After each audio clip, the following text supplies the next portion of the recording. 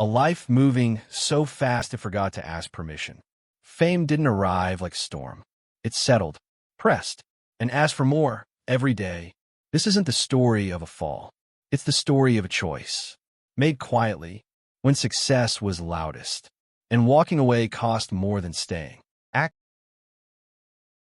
Before the silence, there was momentum layered with pressure, expectation calendars, phones ringing, scripts, meetings, flight premieres, interviews, laughter, obligations, and success accumulating steadily. He was known everywhere, yet privacy narrowed daily without announcement.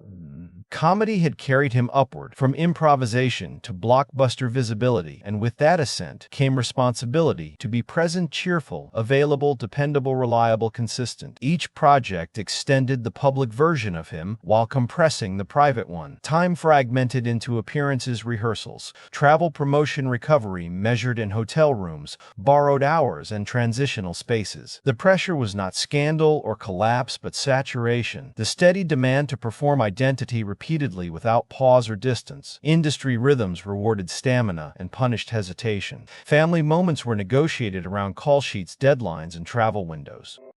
Creative joy existed, but it shared space with exhaustion and a growing sense that life was being scheduled by others. Before the withdrawal, there was no dramatic rupture, only the weight of continuity, the feeling that saying yes forever might cost something unnamed, something central, something irreplaceable. This period still looked successful from outside: awards chatter, box office confidence, trusted collaborators, returning studios, assuming availability without question. Inside choices felt narrower: mornings faster, nights shorter, and the future louder than the present moment. Pressure accumulated without villains, built from opportunity itself, and the realization that momentum could erase intention if left unchecked. The pace was survivable yet undesirable, and the cost appeared cumulative rather than immediate. It was the calm before an intentional disappearance shaped by values rather than fear, a decision incubating beneath applause, smiles, and professional momentum. The pressure did not break him, but it clarified priorities, quietly preparing the ground for silence. Time would soon open differently, but for now, the noise continued, bright, insistent, and familiar. Nothing dramatic marked the end of this act, only the approach of choice. Everything was ready to stop, and he knew it. The silence was coming. Pressure had done its work. The decision waited.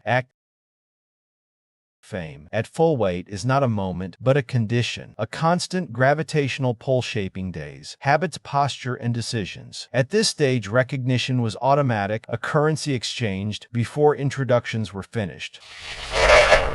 Characters became shorthand references in conversation, expectations in rooms not yet entered. The work was visible everywhere, replayed endlessly, reinforcing a single image, while the person behind it aged and changed quietly.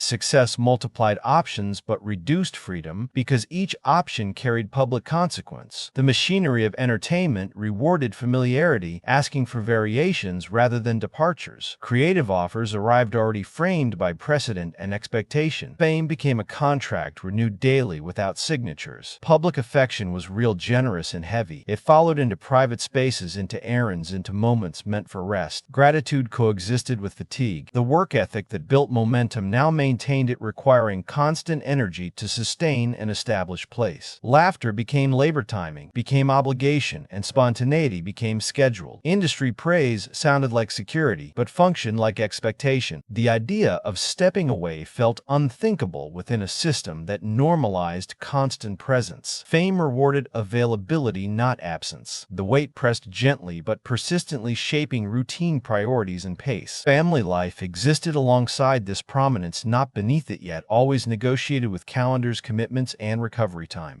Every success reinforced the structure that demanded continuation. The audience saw joy, humor, and ease, while the private experience balanced pride with depletion. Fame simplified identity externally while complicating it internally. At full weight, it was not about ambition, but maintenance, not ascent, but endurance. The public narrative celebrated consistency, while the private one questioned sustainability.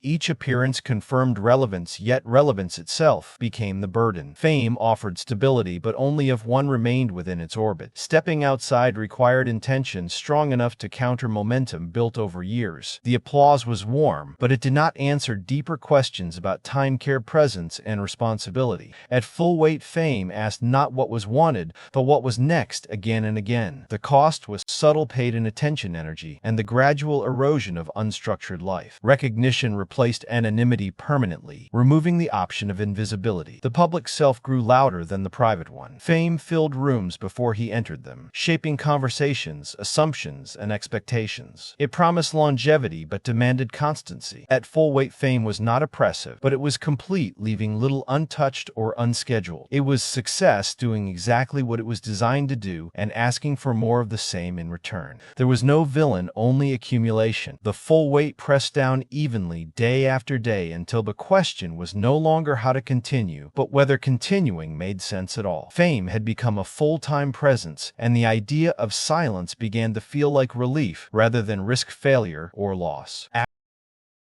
The withdrawal was deliberate, quiet, and misunderstood by those who expected spectacle, collapse, or explanation. There was no farewell tour, no announcement stage for closure or reassurance. Instead, there was a decision enacted through absence. Calls were declined, opportunities past schedules cleared. The machinery kept turning, but one essential part stepped aside. Withdrawal did not mean disappearance from life, only from visibility. It redirected energy inward, toward family, toward stability, toward responsibilities that did not require applause or validation. The industry interpreted absence as anomaly, then as mystery. Speculation filled the gap left by silence. Narratives formed without confirmation or consent. Yet the withdrawal itself was simple, choosing presence over projection.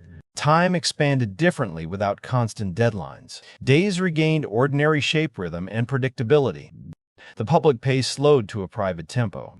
Creativity did not vanish, but it detached from expectation. Work became optional rather than defining. The withdrawal rebalanced identity, separating self from role. Financial security made the choice possible, but values made it necessary. Grief and responsibility reshaped priorities, clarifying what deserved attention, care, and protection. Withdrawal was not retreat from meaning, but a move toward it. The absence became its own statement, though never intended as one. Fans wondered, media speculated, but the decision remained personal. The withdrawal resisted explanation because explanation would re-enter the performance cycle.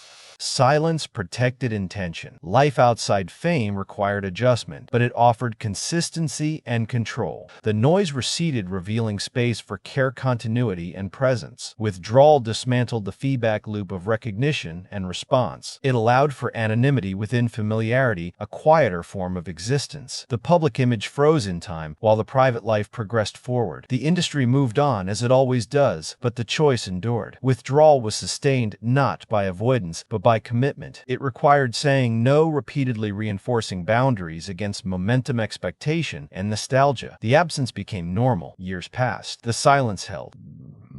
Occasional returns were selective, purposeful, and limited, reinforcing that withdrawal was not inability but choice. The narrative of disappearance ignored the fullness of the life being lived offstage. Withdrawal restored authorship over time. It reduced life to essentials and removed the demand to be constantly legible, understandable, or accessible. The quiet was not empty. It was structured around care, growth, responsibility, and continuity.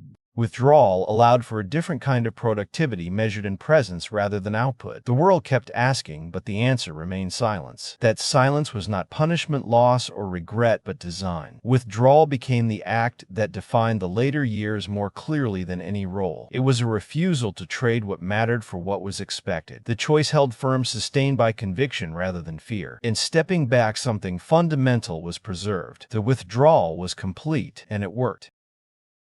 And what remained, silence, reshaped perception slowly over time. What remained was not absence but a different legacy. The work endured, replayed, rediscovered, and recontextualized by new audiences across generations. Silence did not erase relevance, it reframed it. Without constant updates, the past gained clarity. Performances stood on their own, separated from ongoing promotion, commentary, or correction. The person behind them became defined by choice rather than exposure. Silence created distance, and distance invited respect. What remained was consistency between values and action. The decision to step away aged well, gaining meaning as years passed. It resisted the culture of perpetual visibility. Silence protected privacy in an era that rarely allows it. What remained was a life lived largely offstage, measured by commitments unseen and moments unshared. The absence became a counterexample within the industry, proof that withdrawal could be intentional, sustaining, and complete. Silence allowed for selective return without surrender. It preserved autonomy. The public learned to accept not knowing. What remains now is a body of work and a boundary honored without apology.